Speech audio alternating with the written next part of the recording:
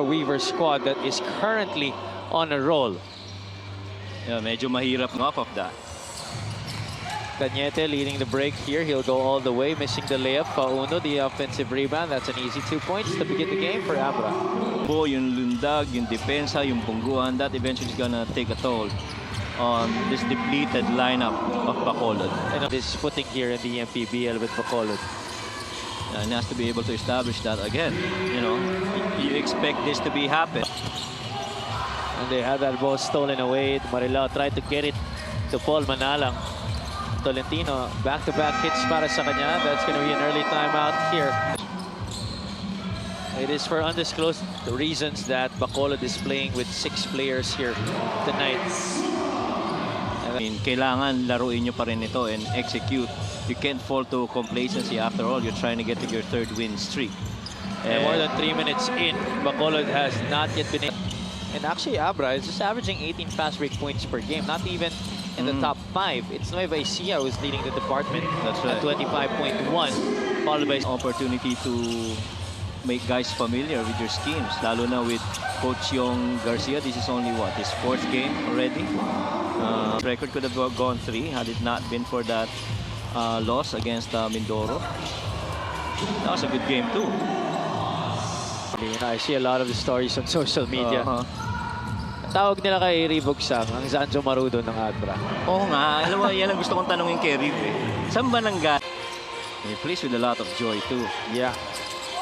But you know, when it's game time, it is game time. Pastorando, the one scoring there. Tali looks ahead.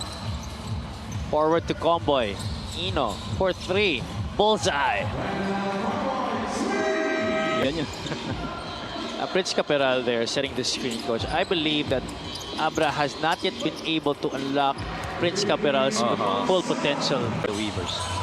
Just like that, those top of the circle threes, I expect him to take that, but maybe it was just early in the offense, and that time, COMBOY not shy about that. And so it matters how you shore up that roster. After all, you still got, most of the teams actually have roughly about 18 to 20 games remaining. Enough exposure if you're a player of BACOLOD and you're here right now. This is a good chance for you to show your stuff, you know, and to show, you know, just like what Andrea reported earlier, meant that they are now. And Ian Pardo is definitely one of those players that can show his wares here tonight. COMBOY, though, has been very successful from the outside. Opportunity for these players of BACOLOD to show up and see how much they have in them.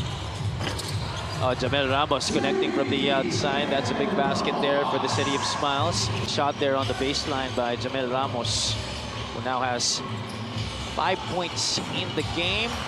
COMBOY. Expect hindi masyado maglo-long close out itong BACOLOD. You just want to stay home, protect the paint. Oh, what a move! Ramos can really ball. Little in and out, and letting go that floater going glass. COMBOY is just really feeling it. I wonder what's the lowest point in a quarter ever scored. That would be interesting. Pastoran gets the kick out from COMBOY, apparently. Paundo. What a lineup. Marian Magat and GP Paundo sharing that front line.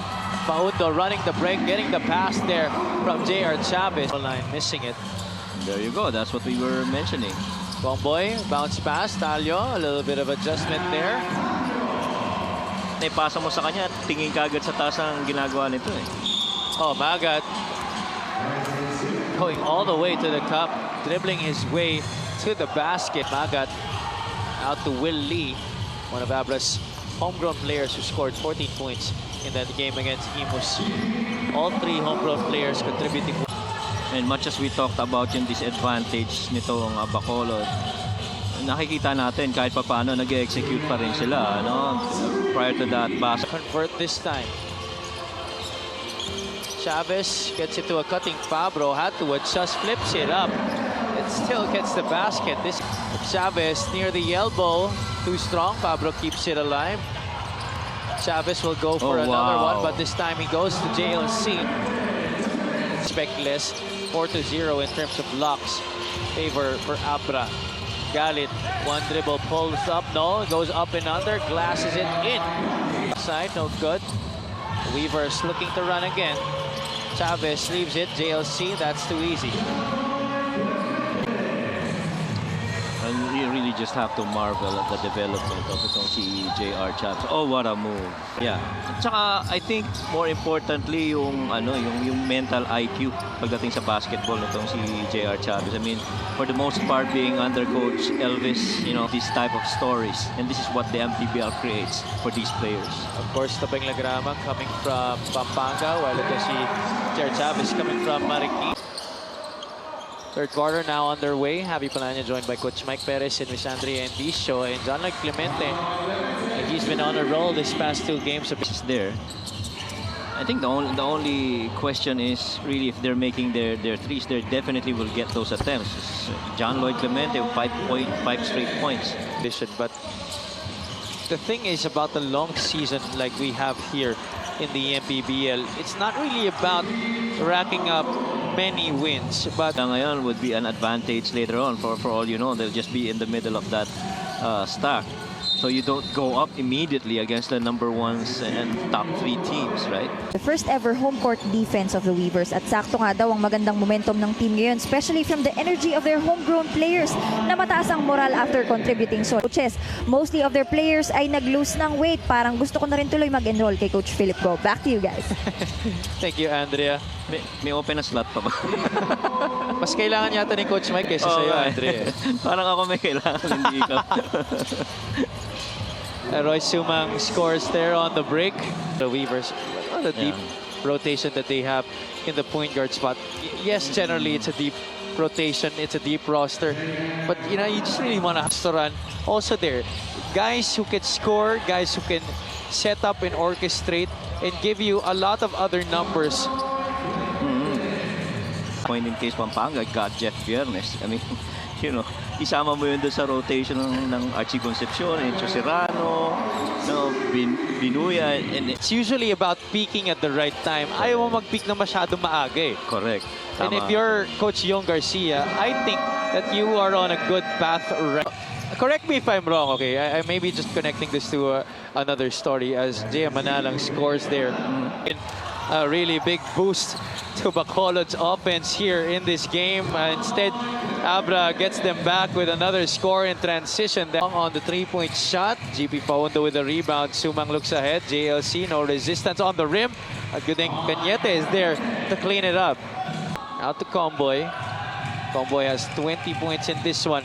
Going for another 3. That looks good. It goes down the drain para kay Wendelino. COMBOY.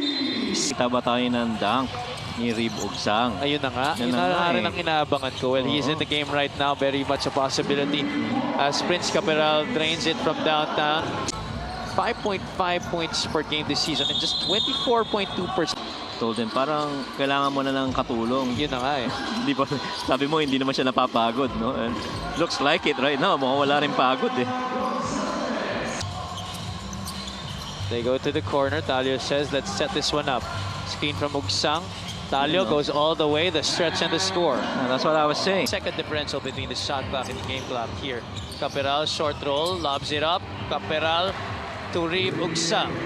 There you go. Master Sardines. Ramos missing badly from the outside. Pardo no looks a pass to Nicolo Balde, who scores up close. Well, imagine also the challenge on the side of Coach Paul, having to handle this team in this type of game where you don't have your foot. And doon na nagsimula yung mga double-digit na losses nila from there on. And I guess you can add on to this one. They lost to Zamboanga by 15, Nueva Ecija by 18. And then they were both struggling to get victories. And that game, di pa naman sila nagkukulang compared to this game. So may mga nakikita rin si Coach Yong na kailangan ma-adjust eventually.